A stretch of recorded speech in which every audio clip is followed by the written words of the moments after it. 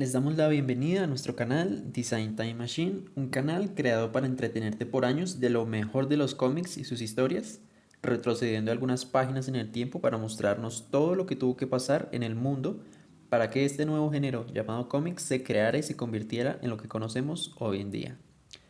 Para retroceder tuvimos que embarcarnos en la Verniana, nombrada así por ser diseñada para transportarnos a través del tiempo en YouTube. Mención honorífica a nuestro capitán Julio Verne. Creemos que este viaje en el tiempo nos ayuda a visualizar con mejores ojos todo lo que tuvo que pasar en estas décadas para llegar a tener los superhéroes y diseños que nos fascinan. Estando en este universo comiquista, alcanzamos a abordar una de tantas páginas, siendo de las más reconocidas y que dio pie para continuar con la Bauhaus, fue el Art Deco y el Streamline Modern. Esta época nos ofreció una gran cantidad de variables relacionadas con el diseño industrial, los artefactos de la época, como el automóvil Bugatti Type 57, la joyería de marfil, ébano y platino, o hasta vajillas de porcelana decoradas, sin olvidarnos también de la vestimenta y la arquitectura.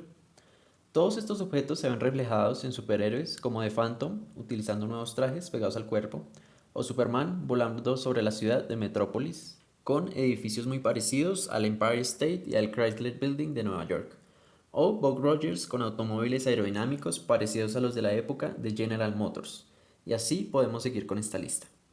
Como podemos observar, estos movimientos fueron de gran inspiración para algunos dibujantes y escritores de cómics estadounidenses, un hecho de gran alcance para otros países en Latinoamérica, llegando a nombrar estas décadas como la era platino por nuestros bisabuelos lectores, con su estilo de cabello particular, y la era de oro por el penique, moneda inglesa que servía como medio para obtener un cómic. Enfocándonos más en Colombia, este tipo de cómics llegó como inspiración para años después crear nuestras propias versiones y empezar a publicarlas en periódicos, revistas o radionovelas. En este punto queríamos darle la vuelta a la moneda y no solo analizar los objetos pertinentes en los cómics, sino cómo estos cómics se fabrican en masa, específicamente en formato físico. Para saber este proceso de fabricación, debemos conocer todo nuestro entorno, entender el contexto económico que estamos viviendo y las primeras tiras cómicas que empezaron a aparecer en periódicos bogotanos como Mundo al Día de 1924. Analizando todo esto, nos dimos cuenta que teníamos un gran fuerte en industrias manufactureras, en especial en construcción, alimentos, textiles e imprentas y editoriales. Una pequeña muestra de esto es la imprenta La Linterna de Cali, siendo la única que tiene casi 100 años en funcionamiento hasta el día de hoy. Esta y muchas más, incluyendo periódicos y revistas, lograron obtener maquinaria importada especializada para este tipo de tareas, lo que significó una visión pionera de dibujantes como Adolfo Samper Pizano para crear cómics como Mojicón de 1924 y muchos otros. Como podemos ver, ya tenemos un conocimiento más amplio tanto del primer capítulo, la conexión entre los cómics y el diseño industrial, contándonos sobre cómo se ve reflejado el Art Deco en los cómics, y el segundo capítulo, cómics y contexto colombiano, mostrándonos el diseño industrial en la imprenta y todo el contexto alrededor de esta, demostrándose así que el diseño está en todo lo que hacemos, vemos y producimos. Sin darnos cuenta, estos dos capítulos nos han transportado a lugares como Inglaterra, Estados Unidos y Latinoamérica, en específico en Colombia. Esta ruta nos ha inspirado para llegar a una teoría propia, la cual se basa en la premisa: ¿qué hubiera pasado si? ¿What if Colombia? ¿Qué hubiera pasado si Colombia hubiese sido pionero en crear las primeras tiras cómicas y personajes distintos a los ya conocidos? Como sabemos, las primeras historietas cómicas fueron originadas en Inglaterra con El Niño Amarillo, de Yellow Kid de 1895, sátira política, que tiempo después cruzó el Atlántico hasta llegar a Estados Unidos, punto geográfico importante para la expansión e iteración del cómic americano, para que luego éste lograra bajar hasta el continente suramericano y sirviera como inspiración para empezar a copiar y luego crear nuevos cómics colombianos. Como podemos observar, esta ruta marítima empezó por Inglaterra, llegando a Estados Unidos y pasando por Latinoamérica hasta llegar a Colombia, siendo un suceso importante para la humanidad. Pero, ¿qué hubiera pasado si esta misma ruta hubiera sido diferente? ¿La primera historieta cómica no se hubiera producido en Inglaterra, sino en España? y de España hubiera llegado primero a Colombia? ¿Hubiéramos creado personajes distintos, plasmado nuestras costumbres y tradiciones con algunos de nuestros objetos más predominantes, llegando a servir como inspiración a Estados Unidos para así mezclarse la cultura americana con la colombo-española? Como podemos ver, toda esta teoría surge de cambiar un punto geográfico a otro totalmente distinto.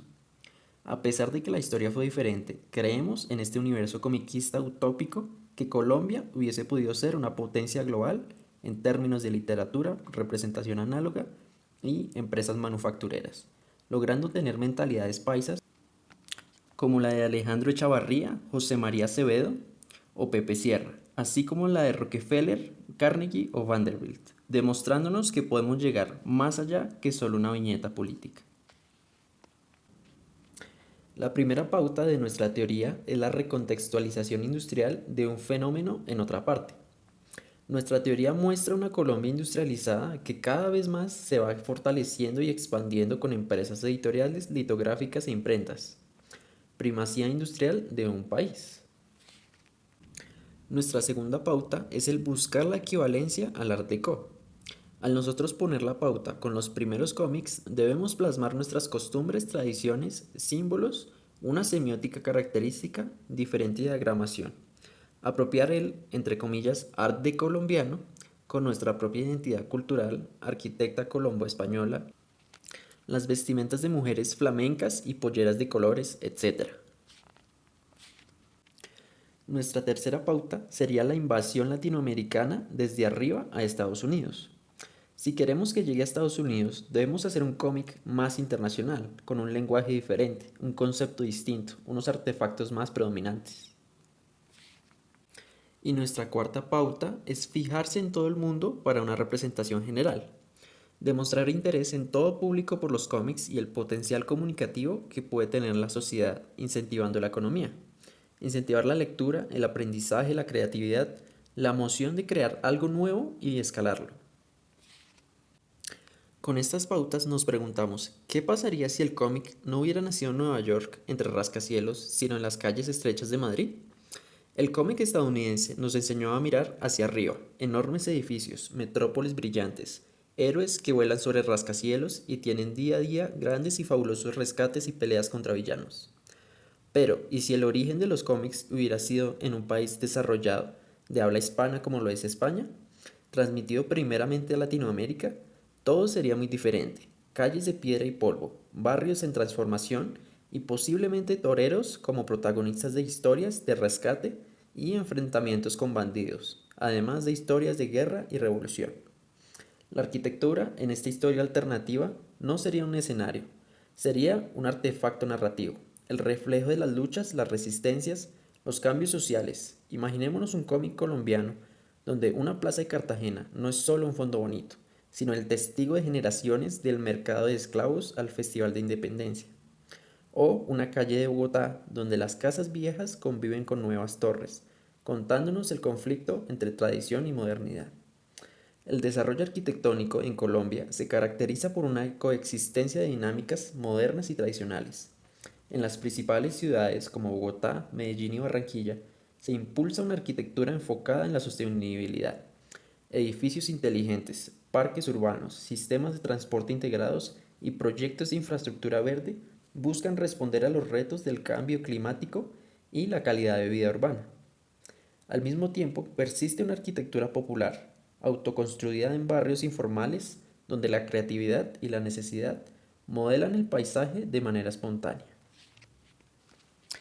Centrándonos en un artefacto específico de la arquitectura, recorriendo la Candelaria, encontramos este obsequio de los portugueses hacia Colombia, consistiendo en un conjunto de adoquines tradicionales portugueses similares a los que se encuentran en las calles de Lisboa y otras ciudades de Portugal. Lo distintivo de este obsequio es que algunos de estos adoquines fueron pintados artísticamente, convirtiéndolos en una pieza única que combina la tradición constructiva portuguesa con una expresión artística.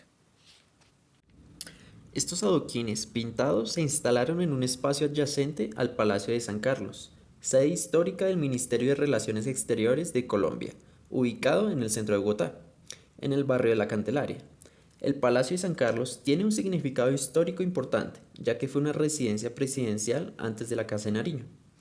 Este artefacto es especial porque combina arquitectura, arte y literatura plasmada en 5 metros de largo por 160 centímetros de alto aproximadamente, con adoquines tanto ortogonales como cortados en formas orgánicas, dando alusión al mar Atlántico, que asimismo nos cuenta la historia de algunos barcos con banderas portuguesas llegando a cierto territorio poblado de casas bajas y montañas a su alrededor. Como podemos observar, existe una validez demostrativa al demostrarnos una evidencia clara y concisa sobre las características de ese artefacto arquitectónico en un diseño, entintando a mano una historia vívida reflejando la teoría ¿qué hubiera pasado si se desviara este punto de origen a otro para la creación del cómic? Entre 1920 y 1940, los cómics surgieron como una forma de diseño visual profundamente ligada a la modernidad. Entrelazado con el cine, reflejaba los mismos valores que impulsan el diseño de la época: velocidad, eficiencia y optimismo hacia el futuro. Inspirados por movimientos como el Art Deco y el futurismo, los cómics no solo entretuvieron, sino que ayudaron a popularizar los imaginarios urbanos, tecnológicos y sociales de un mundo en transformación acelerada. El nombre que podría tener este artefacto es arquitectura adoquinada de viñeta, ya que este nombre crea una relación directa entre el cómic y los espacios urbanos en los que son desarrollados estos. Las viñetas se comparan con elementos arquitectónicos, adoquines específicamente, donde cada viñeta es una unidad de espacio que forma parte de un todo más grande. Hasta aquí hemos llegado con nuestro viaje en el tiempo. Es un gusto para nosotros cuatro darles una pequeña prueba de lo que podemos lograr al crear un canal como este. Como podemos ver, logramos preguntarnos sobre el ¿qué hubiera pasado si Colombia?, dándonos como resultado una teoría, hipótesis de lo ocurrido, y cómo un efecto tan frágil como lo es el efecto mariposa nos abre la mente a muchas posibilidades con diferentes resultados que pueden llevar a largo plazo un cambio en otro tipo de cine, ilustración o hasta la forma como denominamos la palabra cómic. Mi nombre es David Torrenegra y fue un placer para mí ser el director de este canal. Doy gracias a mi equipo por hacer realidad estos capítulos dedicados a ustedes, al igual que doy gracias personalmente a nuestro invitado, el licenciado Alfredo Gutiérrez. Gracias por estar detrás de nosotros, pero a la vez adelante guiándonos. Me despido desde Bogotá, Colombia, preguntándoles, ¿les gustaría tener más viajes en el tiempo para aprender sobre diseño, art deco, cómics y muchos más temas de esta época tan maravillosa que fueron los años 20, 30 y 40? Muchas gracias por acompañarnos.